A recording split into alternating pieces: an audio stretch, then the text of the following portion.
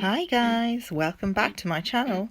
Today I'm showing you a really easy and quick curried mackerel. This is something that I go to when it's one of those days where I haven't got a lot of time to cook lunch or dinner, and literally everything's done in about half an hour start to end.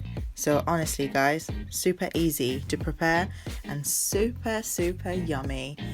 I never get complaints from my little boy or my husband about this.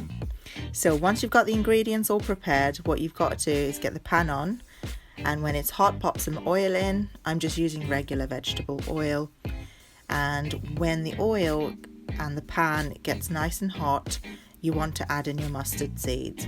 So the spoon that I'm using is actually very small, so it's more like 1 heaped teaspoon of mustard seeds that I've just popped in there. So you'll hear in a minute it'll start to splutter like so, and that's what you want to hear, guys. You do want the spluttering and of the mustard seeds before you add in any of the rest of the ingredients. So once all that spluttering has happened, it's time now to add in the ginger and the garlic. So again, about 1 teaspoon of crushed garlic and grated ginger here.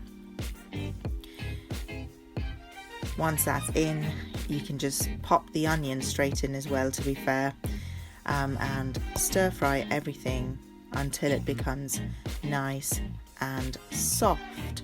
So no browning required, just a little bit of softness to the onions and the ginger and garlic, that's all.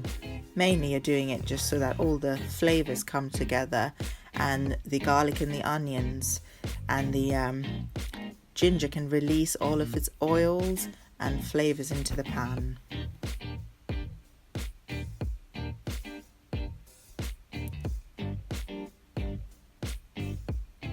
At this point, you can add a little bit of salt. I'm only adding a couple of pinches here because as we're using tinned mackerel for this recipe, it can sometimes be over seasoned at this point. Now add in your turmeric and your chilli powder. You can use hot chilli powder or paprika according to your taste. I've used paprika because my little boy doesn't like it too spicy usually. Make sure you add in a little bit of water there as well, just to make sure those spices don't burn and stick to the bottom of the pan. So once you've done that for about 30 to 40 seconds, you can add in your tomato puree. That's about 2 teaspoons of tomato puree that I've just popped in. Mix it all together nicely. It's now time, guys, to add in all of the mackerels. I've been using 2 tins for this recipe, and that's enough really for me, my husband and my little boy for lunch or dinner, alongside with some rice or chapatis. The smells, guys, at this point is going to be amazing from the masala that you've just made, and it's only going to get better once this mackerel goes in. So stir everything together, and if there's any little bits of caramelized onions or tomato puree at the bottom, just scrape that off the pan. It's all good flavor, nothing to worry about.